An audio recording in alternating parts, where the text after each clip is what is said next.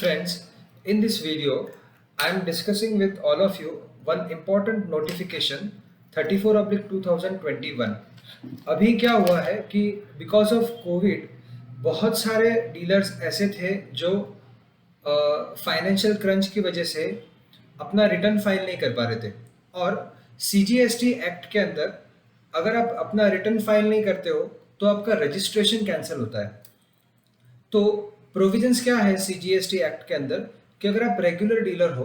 And you have not filed your return for continuous 6 months, या आप composition dealer हो और आपने 3 कॉन्जिक्यूटिव टैक्स पीरियड्स के लिए अपना रिटर्न फाइल नहीं किया है, तो ये आपका इन एक्शन पावर देता है आपके असेसिंग ऑफिसर को कि वो असेसिंग ऑफिसर जाके आपका रजिस्ट्रेशन कैंसिल कर दे। रजिस्ट्रेशन कैंसिल होने के बाद एज अ असेसी हमारे पास क्या पावर रहती है कि हम उस रजिस्टर्ड उस एप्लीकेशन को रिवोक कर सकते हैं। जो असेसिंग ऑफिसर ने हमारा रजिस्ट्रेशन कैंसिल किया है उस ऑर्डर को हम रिवोक कर सकते हैं, बट उसकी भी एक टाइम लिमिट होती है। तो हमें सिर्फ with in 30 days he allowed है। मान लो कि असेसिंग ऑफिसर ने 23 सितंबर को मेरा कैंसिलेशन ऑर्डर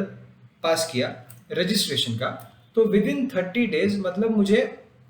22 या 23 अक्टूबर तक ही टाइम लिमिट है मेरे पास कि मैं उस कैंसिलेशन ऑर्डर को रिवोक कर सकूं। अभी क्या हुआ है कि ना तो मैंने रिटर्न्स फाइल की, ना ही मैंने मेरे कैंसिलेशन ऑर्डर को रिवोक किया, दोनों टाइम पीरियड जा चुके। अभी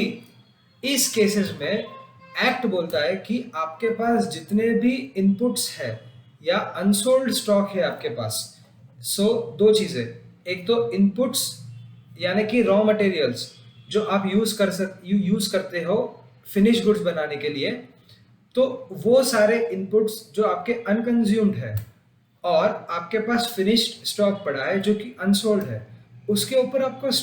टैक्स पे करना पड़ता है अगर आपका रजिस्ट्रेशन कैंसिल हो चुका है। और तो और आपके प्लांट एंड मशीनरी के ऊपर या आपके कैपिटल गुड्स के ऊपर आपको टैक्स पे करना पड़ता है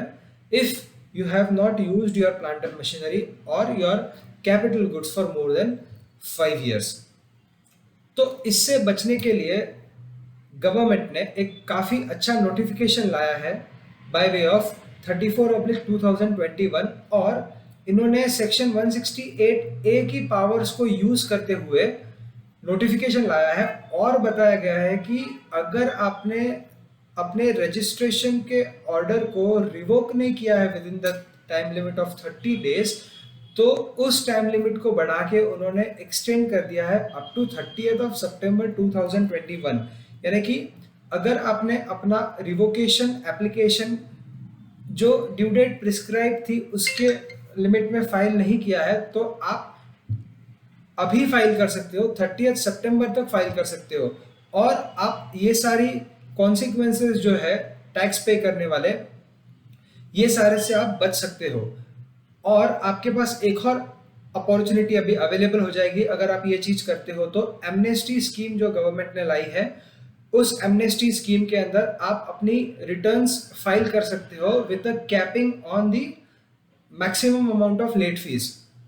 तो डुअल बेनिफिट है, टैक्स नहीं पे करने का और कैप लेट फीस के ऊपर लाने का। Notification number 34/2021,